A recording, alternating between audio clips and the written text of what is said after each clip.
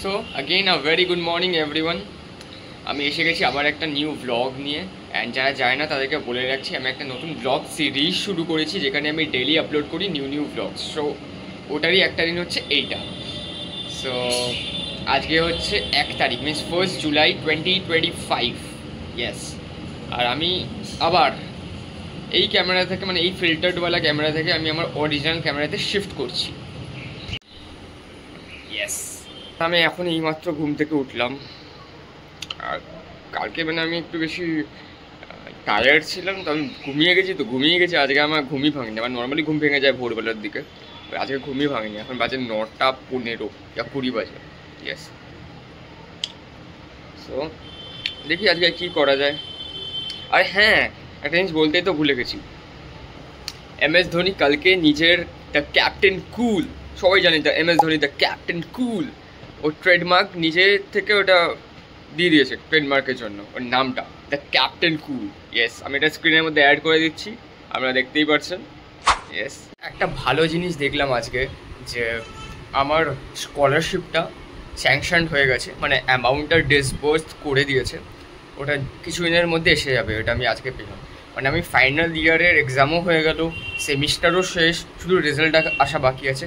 এখন আমি টাকা পাইনি, স্কলারশিপের টাকা এরপর পাবো গিয়ে। এই মাসে তো পেয়েই যাবো, মানে বেশি দিন লাগে না, 1 বা 2 দিনের মধ্যে এসে যায় যতদূর জানি। বাট এইবারে অনেকখানি ডিলে হয়েছে, অনেকখানি। মানে আমার স্যাংশনই হয়নি, আমার শুধু অ্যাপ্রুভড হয়ে পড়েছিল। স্যাংশনই হতে আমার 2-3 মাস লেগে গেছে। এপ্রিল, মে, জুন, জুলাই, ইয়েস, মাস লেগে গেছে। তো এখন স্যাংশন হয়েছে, আজকে দেখছি স্যাংশন হয়েছে, হয়তো কালকে হতে পারে, 30 জুনে হয়েছে, হতেই পারে, আমি জানি না। বাট আজকে 1 জুলাই, সো আজকে হয়ে গেছে। সো এইটা হচ্ছে এটা। আমি বাকি নাম্বারগুলো দেখাতে পারবো না, এখানে অনেক নাম্বারগুলো আছে, ক্রেডিট নাম্বার আছে, তারপর আমার কী বলে অ্যাপ্লিকেশন নাম্বার আছে, সব আছে। বাট এই নাম্বারটা অ্যাপ্রুভ হয়ে গেছে আপাতত, এতদিন পর গিয়ে অ্যাপ্রুভটা হলো, সেটাই হচ্ছে ভালো ব্যাপার। দেখুন কবে আমি অ্যাপ্লাই করেছিলাম, মানে লাস্ট টাইমের জন্য ফিস পেমেন্টও অনেক আগে ছিল, মেতে ছিল, মানে মেতে ফিস পেমেন্ট ছিল, তার মধ্যেও পাইনি। এই জুলাইতে গিয়ে এখন আমার টাকা তো ঢোকেনি, বাট এখনও গিয়ে আমার স্যাংশন হলো। ব্যাস লাস্ট টাইমের জন্য স্কলারশিপ পাচ্ছি আমার এই গ্র্যাজুয়েশানে। তো ব্যাস শেষ, এটাও হয়ে গেলে শেষ পুরো। সো রেজাল্ট আর সার্টিফিকেট, বাস খাতাম। সো আমার বিটেক জার্নি সব কিছুই শেষ হয়ে যাবে তারপর বিটেক জার্নির। সো ভালো। আর অনেকেই আছে, মানে আমার তো অনেক প্রবলেমও হয়ে গেছিলো জাস্ট বিকজ অফ আমি স্কলারশিপটা পাইনি শুরুতে মানে কি, মানে এই সেমিস্টারের শুরুতে, মানে বেশিরভাগই মিডলে দিয়ে দেয়, কারণ কি আমাদেরকে পেমেন্টও করতে হয় কলেজে পেমেন্ট আমাদের ক্ষেত্রে বেশি না। গভর্নমেন্ট কলেজ আছে তো আমাদের বেশি না, প্রাইভেট কলেজ অনেক বড় বেশি পেমেন্ট হয়, বাট আমাদের ফিজ অত বেশি নয়, মানে প্রাইভেট কলেজের থেকে অনেক কম, ঠিক আছে, অনেকই কম। সো এটা একটা প্রবলেম নয়, বাট তাও মানে আমি বাড়িতে কাউকে প্রেশার দিই না, বা পেমেন্টের জন্য বাড়ির থেকে আমার কোনো এরকম কিছু করি না যাতে বাড়িতে কারোর প্রবলেম হয়। আমি স্কলারশিপের টাকা দিই, বেসিক্যালি পেমেন্টগুলো করে দিই যাতে কোনো প্রবলেম না হয় ইন ফিউচার।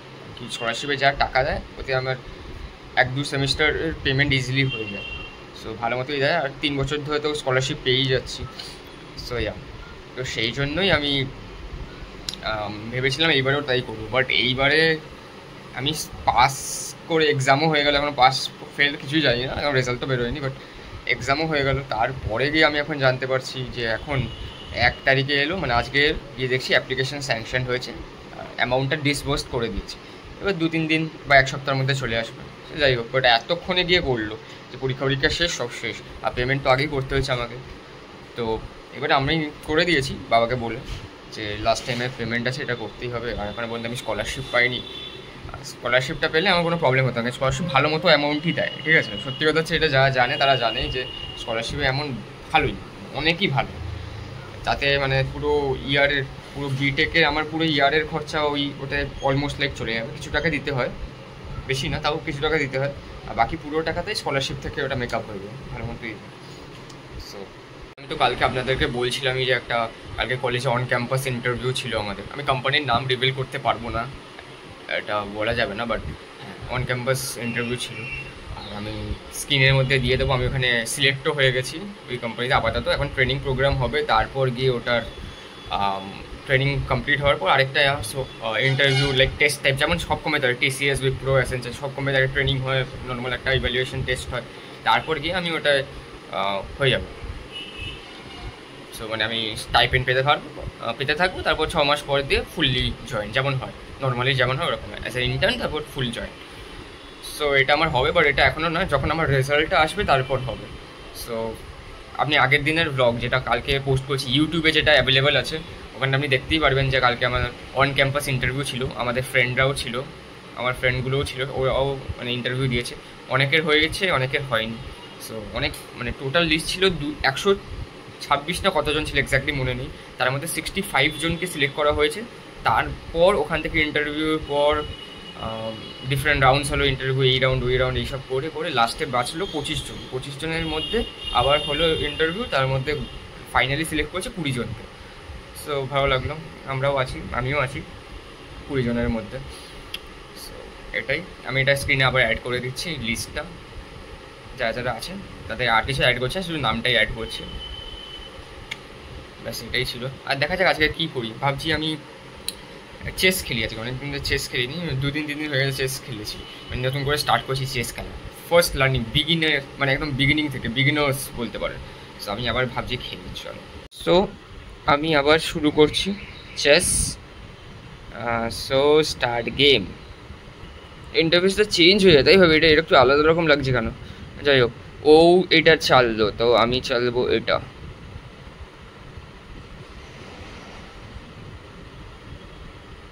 আমি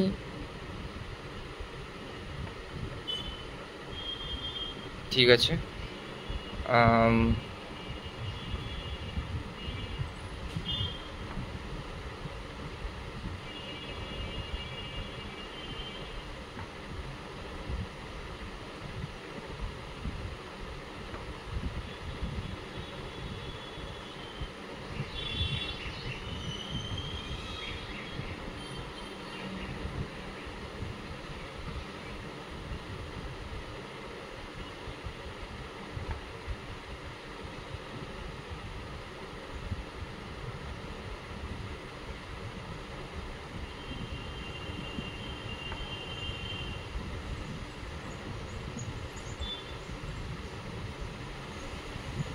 সো আমি এখানে একটু কুইনের ওপর অ্যাটাক করে দিয়েছি, লেটস সি কি করে। কুইনের ওপর অ্যাটাক করে দিয়েছি, দেখি কি করে। ও ও একটা স্টেপ ফরওয়ার্ড করেছে, দেখাচ্ছি। ও কুইন টু E6 করেছে, লেটস সি। ব্যাস আমি X7 করে দিয়েছি, এবার হবে আসল খেলা। আমি এবারে C3 করেছিলাম, ফার্স্ট মুভটি একটু ইউনিক করেছিলাম যাতে ভালোভাবে করা যায়। সো আমার জন্য একটা ভালো চয়েস ছিল ওটা।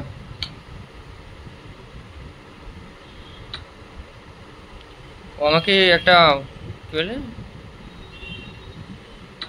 চেক দেওয়ার চেষ্টা করলো, বাট ওটা সাকসেসফুল হলো না, not a big deal.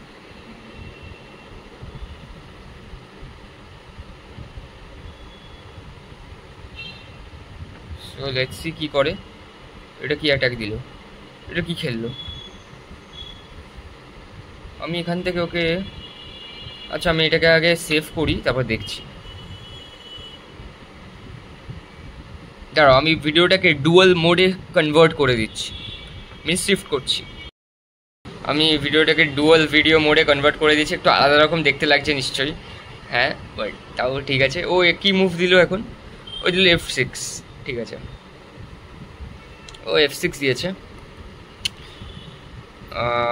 So এবার আমাকে এখান থেকে ওকে কাউন্টার অ্যাটাক দিতে, আমি একটা কাজ করি, সবার আগে করবো ক্যাসেল। ওকে ক্যাসলিং করে নিচ্ছি, ক্যাসলিংটা করার পর বোঝা যাবে। আর আমাকে একটু দেখতে এরকম লাগছে কারণ কি আমি ক্যামেরাটা হাতে ধরে আছি আর একটু বেশি নড়ছে, হাতে ব্যথা হয়ে গেল, সো সেই জন্য দেখতে ওরকম লাগছে।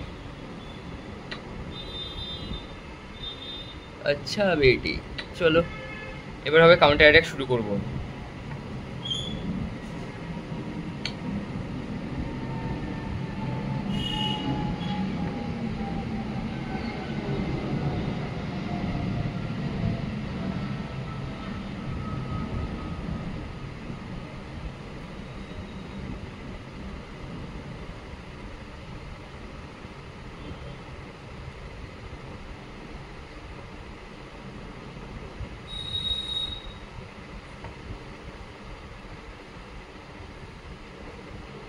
এটা একটু ভালো মুভ দিয়েছিল, বাট ঠিক আছে।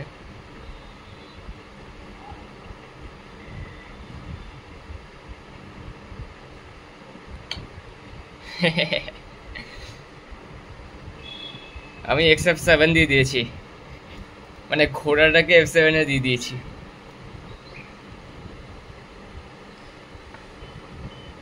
আমি এবার রুক খাবো, ওই যে। এবার আমি অ্যাটাক করব, এখানে আছে। আমি যদি, ঠিক আছে আমি পুশ করি, আর আমার কাছে কোনো অপশান নেই, আমাকে পুশ করতেই হবে, আমার কাছে আর কোনো অপশান নেই, পুশ করতেই হবে। চলো bye bye, have a great day. আমাকে বাই বাই জানিয়েছি, bye bye opponent, what's your name? 3747 Sai, bye bye, have a great day, have a great day, bye bye, have a great day. কি হলো? তাই চাঁদ একটাই move করতে পারবে, ও একটাই মুভ করতে পারবে। Okay bye bye.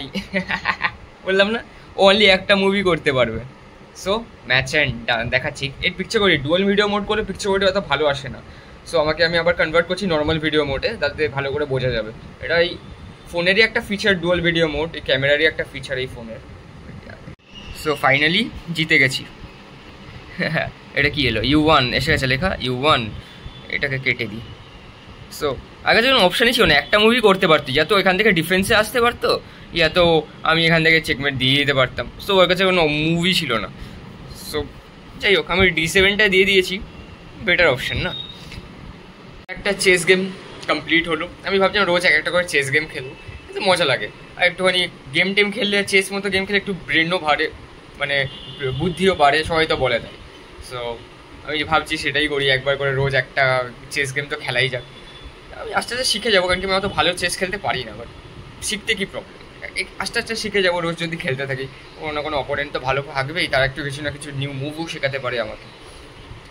তো ব্রেনের খেলা না পুরোপুরি চেসটা, আমি রোজ একটা করে একটু ট্রাই করে যাবো। ভালো লাগলো। আমার রেটিং এখন কত আছে? আমার রেটিং, এই বাবা অনেক কম রেটিং আছে, নিউ অ্যাকাউন্ট না এটা। আমার রেটিং হচ্ছে 482, বাট আমার অরিজিনাল রেটিং হচ্ছে 821 ইয়া 26 এরকম কিছু একটা। অনেক দিন আগে ছিল ওই আমার ওই পুরোনো অ্যাকাউন্ট, ওটা আমার লগ ইনই হচ্ছে না, কেন কে জানে, সাইন ইনই হচ্ছে না। আমি ভাবলাম নতুন অ্যাকাউন্টই পাইনি, আমার কী যায় আসে। ওটা অনেক আগের অ্যাকাউন্ট ছিল, 2021 না 20 আমি ওটা বানিয়েছিলাম। 2023 পর্যন্ত মোটামুটি লকডাউনের টাইমে খেলতাম, 22-23 পর্যন্ত, তারপর ছেড়েছি। 22 পর্যন্তই খেলেছিলাম মেবি, লকডাউন যতদিন ছিল টুকটাক খেলতাম, দিয়ে সরিয়ে দিয়েছি। এবার আমি কি জানি যে অ্যাকাউন্টটা খুঁজে পাবো না বা কী এরকম, এখন গিয়ে পাচ্ছি না। আমি নতুন অ্যাকাউন্ট বানালাম, 482 এর রেটিং দিয়েছে আপাতত। এখন ভালো জোরে বৃষ্টি এলো, অনেকদিন ধরে বৃষ্টি হয়েই যাচ্ছে, মানে গরমও আছে, গরমও কমছে না, বাট বৃষ্টিও এলো, আবার ভালো জোরে বৃষ্টি পড়ছে। চান টান করে এলাম। সো এখন আমি একটু চেস দেখছিলাম, চেসের টুর্নামেন্টসগুলো হচ্ছিলো পুরোনো, এইসব ভিডিও দেখে দেখে আমার সময় চলে যাচ্ছে। এখন আমি খাইনি, এরপর একটুখানি পরে আমি খাবো, 3টে নাগাদ খাবো, তবে দেখি কী করে। এইমাত্র খেয়ে এলাম, এবার আমি ভাবছি দেখবো, এবার চুলটা কেমন হয়ে যায়। হ্যাঁ, এবার আমি ভাবছি দেখবো হচ্ছে স্কুইড গেমস। আমি 4 দিন ধরে দেখার চেষ্টা করছি, 4 না 3 দিন ধরে। আমি সিজন 2 বলছি না, সিজন 3, হ্যাঁ সিজন 3-র আমি সেকেন্ড এপিসোডে আটকিয়ে বসে আছি। আমি যখনই ওইটা দেখতে যাই আমি ঘুমিয়ে পড়ি। আমি 3বার দেখার চেষ্টা করছি, 3বারই ঘুমিয়ে গেছি, কেন জানি না। বাট আজকে আমি আবার ট্রাই করবো, সেকেন্ড এপিসোড থেকে যেন একটু এগোতে পারি। Let's see. অ্যান্ড ফাইনালি আমি স্কুইড গেম সিজন 3 কমপ্লিট করে দিয়েছি, সিরিয়াসলি বলছি কমপ্লিট করে দিয়েছি। এখন বাজে 8টা, আর আমি দেখতে শুরু করেছিলাম মেবি 4টে থেকে 8টা, মানে 4 ঘন্টা ধরে দেখছিলাম। সব কটা এপিসোড শেষ। আরেকটা বড় খবর আমি এখনই দেখছিলাম, ইউপিএসসি একটা ফোরামে দেখলাম যে দিল্লির মধ্যে 10 থেকে 15 বছর পুরনো যত গাড়ি ছিল সব কটাকে পার্মানেন্ট ব্যান লাগিয়ে দিয়েছে। সিরিয়াসলি এটা ব্যান লাগিয়ে দিয়েছে।